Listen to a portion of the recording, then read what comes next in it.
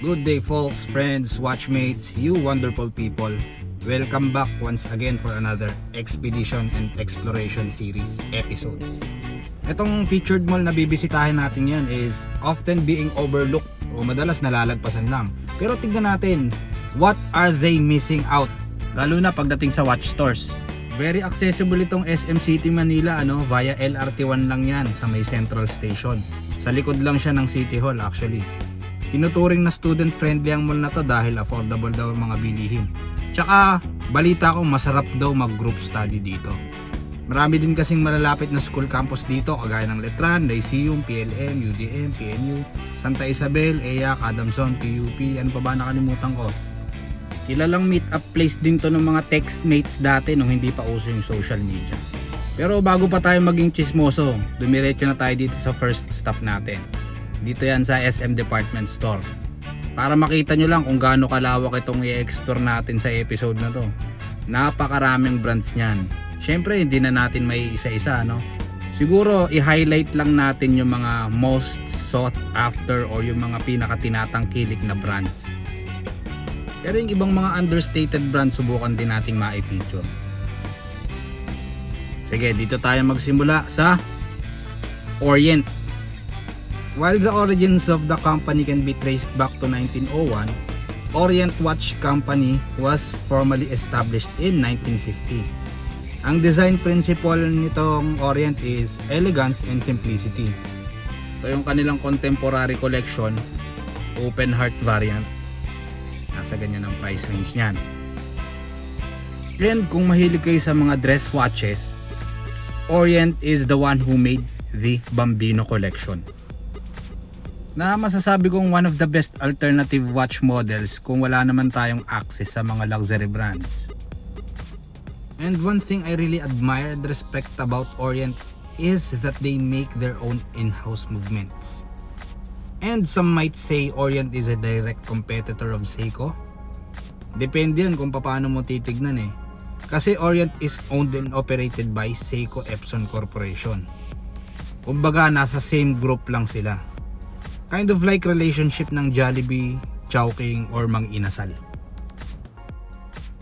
Malawak din yung design catalog ni Orient Meron silang dress type, meron silang sports, casuals, formal. Ito example, yung isa sa sikat nilang model, yung Meiko and Kamasu. Pero syempre, huwag natin palagpasin yung pagkakataon ng try. Ito yung kanilang representation ng diverse watch o parang katapat ng padi ng Seiko. Check naman natin yung kanilang Timex collection doon. Itong Timex is some of the best affordable contemporary and always fresh design. Kung maaalala nyo, may mga known collaboration si Timex na na-feature na natin doon sa mga previous episodes natin. Kagaya ng kanilang collaboration with Ultimate Fighting Championship. Meron din silang Fortnite, tsaka yung Netflix series na Wednesday. Ngayon naman meron silang collaboration with a popular 1970s TV show na Peanuts to commemorate its 75th anniversary. To know more about that TV show siguro tanong na lang natin sa mga taong buhay na nung panahon na yan.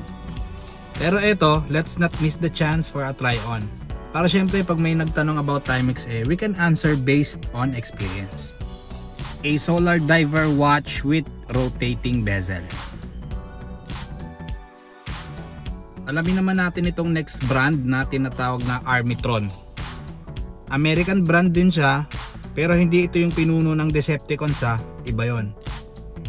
Founding in early years, Armitron was established in 1975. That is 1 year after mag-release ni Casio ng kanilang kauna-unahang digital wristwatch.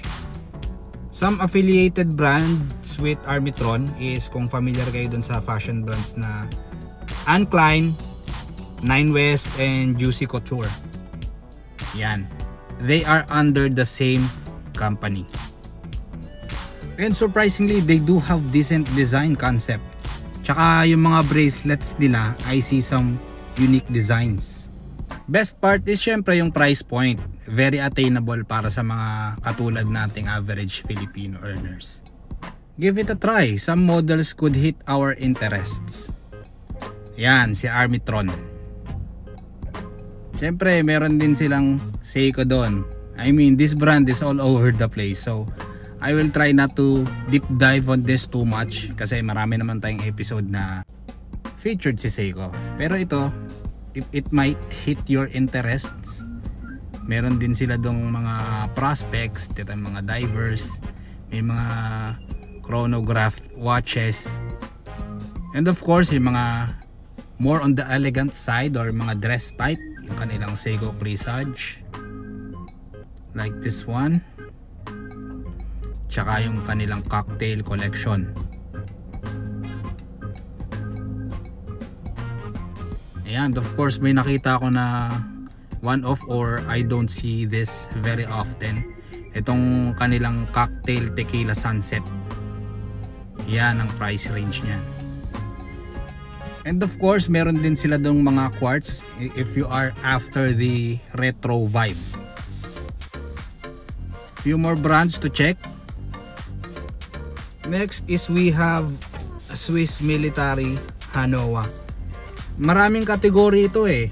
Parang yung Luminox, Victorinox, lahat yan under Swiss Military.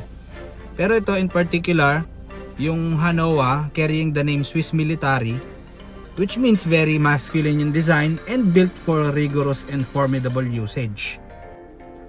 Halimbawa, sa mga infantry and military operations, hindi dahil sa bulletproof yung relo pero dahil yan sa time tracking accuracy, which is very important sa mga strategic and tactical operations, especially for synchronized assault.